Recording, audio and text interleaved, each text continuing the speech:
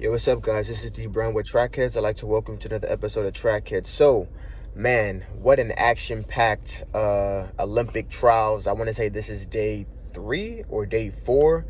I can't keep count. I missed a couple days just because each day has been just super action-packed. But I want to talk to you guys just about some of the things that have happened in these races. You know, a couple of surprises, a couple of athletes did not make it. A couple athletes that I had on my scorecard did not make it. Super duper crazy. I think the biggest thing I want to really talk about is this Athing Mo situation.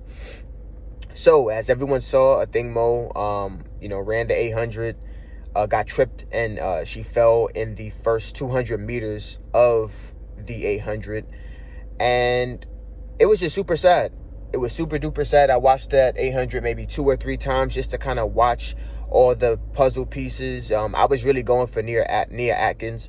I mean, she's been killing it. She's very strong. She's able to handle the rounds, and she's just been building momentum every single year. But this Athing Mo situation has been kind of interesting, strictly because of the fact of her yearly situation. You know, she trains in with Bobby Kersee, and she trains with Sydney McLaughlin, and very similar in the way that they set up their season. They don't run a lot of meets during the season.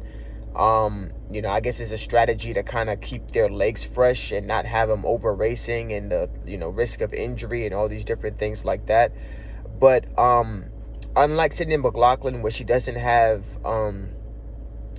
as many, like, the race is just completely different, right? As someone who ran the 400 meter hurdles and the 800, the 800 can be so unpredictable. The 400 meter hurdles is in your lane. You don't really have, besides navigating the barriers, there's not many variables that can kind of get you tripped up. It's either you go over the hurdles fast or you don't.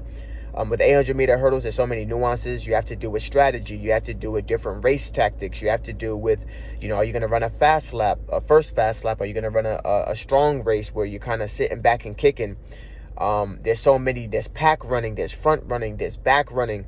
There's so many different variables that can happen in these races, if you're in a pack and it's raining, are you going to be in the back when there's a lot of kicking up rain and stuff? And it's just a lot of things that, that she had the time this year to kind of put herself in the thick of it, and we didn't see her race at all. Not a 400, not a 1500, nothing. And I truly believe the reason why she fell was because she was running kind of scared. Number one, I think we could all kind of make the assumption that when she was at college, right, when she was at Texas A&M, where she was running repeat 400s, and she was getting that time down to 49 low and 49 mid, and she was splitting 48, and she was just like had all the confidence in the world. When you're taking out an 800 and the pace is at 56, that's a jog.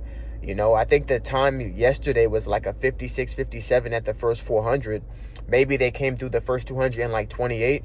You're talking about a young lady who, if she's in 49 shape, 48, 8 shape in the 4x4, she's coming through the 200 at like 23. So a 28-second 200 is nothing. And I think that, in a lot of her races, specifically this particular one, she maybe wasn't in shape to go through at 55, 54 like she has been in the past. Or 55 even. I think 56, 57 was one of those paces where she may have not been sure. And sometimes, you have to get the race rhythm in check. Now, mind you, she could be doing time trials. She can be doing 600 meter time trials, 800 meter time trials, 1,000 meter time trials. There's so many ways for a coach to get you in shape other than racing. But when you're talking about the confidence that comes with knowing, hey, this girl may be stronger than me in the 1500, but I'm still better than her, just period. I think she was lacking that. A lot of the ways that she was racing, it just seemed very scared, like she was waiting to the last 100 to really unleash her kick. I don't think that was, I think that was her biggest downfall. So, when I kind of saw the first 100 of the 800, and it kind of, when I looked at, the landscape of things, right? You have Nia Atkins, who kind of chills in the middle, maybe the front. She tries to put herself in good position. She's really a good racer.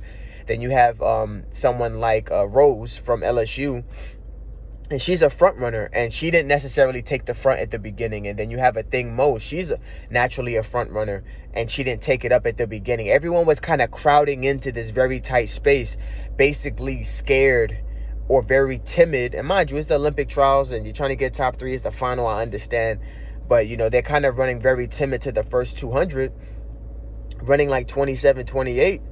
And they got bunched up. And a lot of people tripped, Athing Mo wasn't the only casualty of that run. You see Raven Rogers had to jump over her.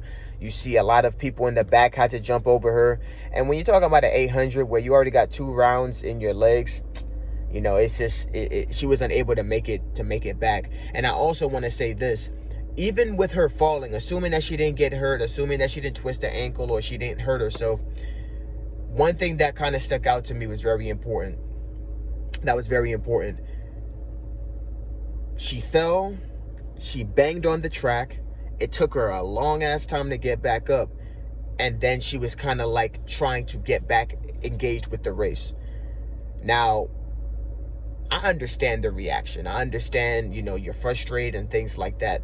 But I think it's very important to think, if we had the same Athing Mo that was splitting those 48s, that was running those 49s, that was, running different races throughout the year, and showing her form and running that 157 and running those 156s indoors, similar to Keely Hutchison or even Mary Mora, I think is her name, from Kenya.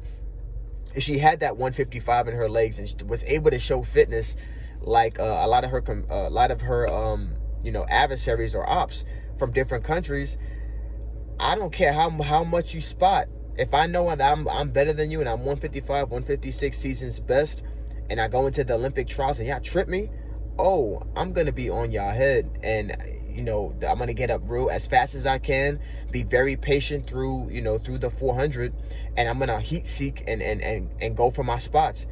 I think we could definitely be honest that maybe she wouldn't have caught Nia Atkins, but second and third place were pretty spread out. And I think if she still kept contact, she would have been able to at least get one of them, but that's in being in the Athing Mo shape that we usually see her in by this time of the season. So overall, very sad situation, very unfortunate.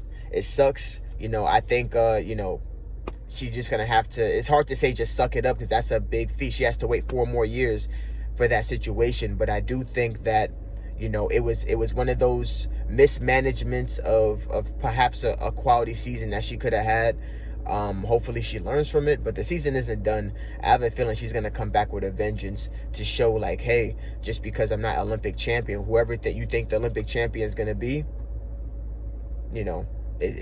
I'm about to run this 152 real quick. And she did something similar to that last year when she ran 153 or 154, I believe. So I'm very curious to see how she's going to finish off her season. But it was very sad to watch her walk off that race. So yeah, that's my big tidbit for the Athing Mo situation. I'm gonna post what I think about the Michael Norman situation in a second.